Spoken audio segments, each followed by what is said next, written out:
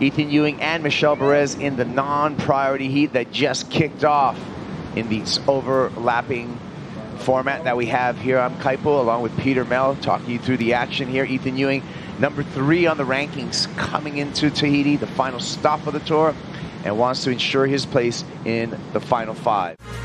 Back at Teahupo'o, and Ethan Ewing sliding into this barrel, streaking through, and that's a nice way to start his heat against Michel Bourez.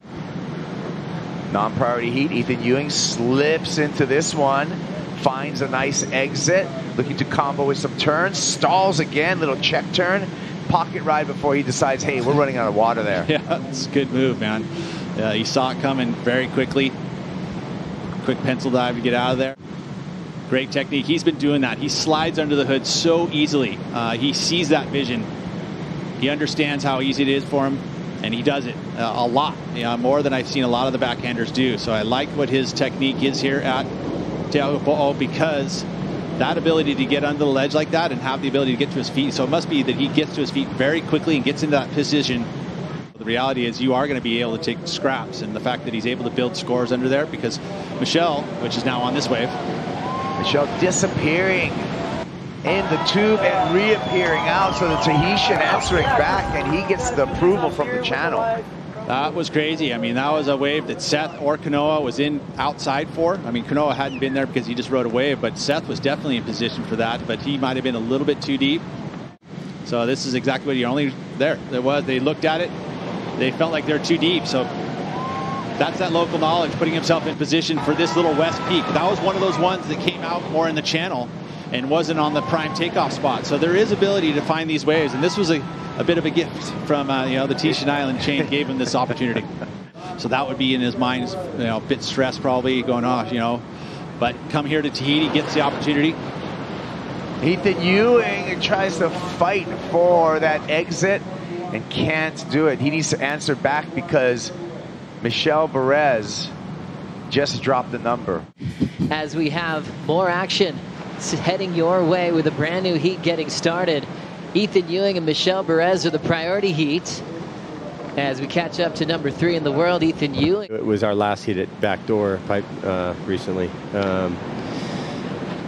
Is that Michel? Yeah, quick one from Michel as he's looking for just a .27. Very close heat. A crucial heat win, as he mentioned, as far as the WSL Final 5 is concerned, and against a former semi-finalist and the man who was with Kelly in the final of pipe, Seth Moniz. What no one was expecting him to go down as early as the elimination round. As we see a quick up and out there, Michel did take the lead over Ethan Ewing. So close, 5 and 6 at the moment, and that was such an intense heat for Kanoa, and to get through is, as we see, looks like the Spartan. Trying to knife that takeoff under the hood, and he gets swallowed up. So incomplete on the effort. That's a whole different thing in your mind to have to deal with as opposed to just surfing a heat. And, put those two things together, and it's really tricky. It's just a big ticking sort of pressure bomb.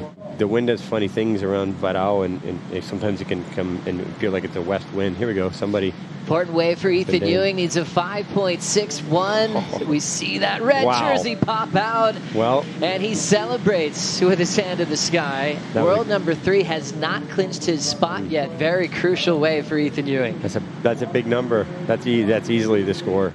Man, you just think at some point he's going to float out. Look how deep he is right there. He's definitely back in on the foam ball, and then it pushed him up high and snuck him out the side. I love this looking into it angle. We'll see right there. He's riding over that foam ball. Just kind of lost the fins probably and started sliding sideways, but was able to hold his line. And as long as you've already set your line before you hit it, you can usually sort of ride through it. Here goes Michel. He needs a big number here. And see how it's the wind's coming a little onshore, and that wave wasn't quite big enough for that outside reef. There's two plateaus of reef out there. There's an outer and an inner. And longtime CT legend Michel Bourez goes out in the elimination round, and world number 3 keeps his dream alive inside the WSL Final 5 picture. We're going to take a quick break. The Outerknown Tahiti Pro continues right after this.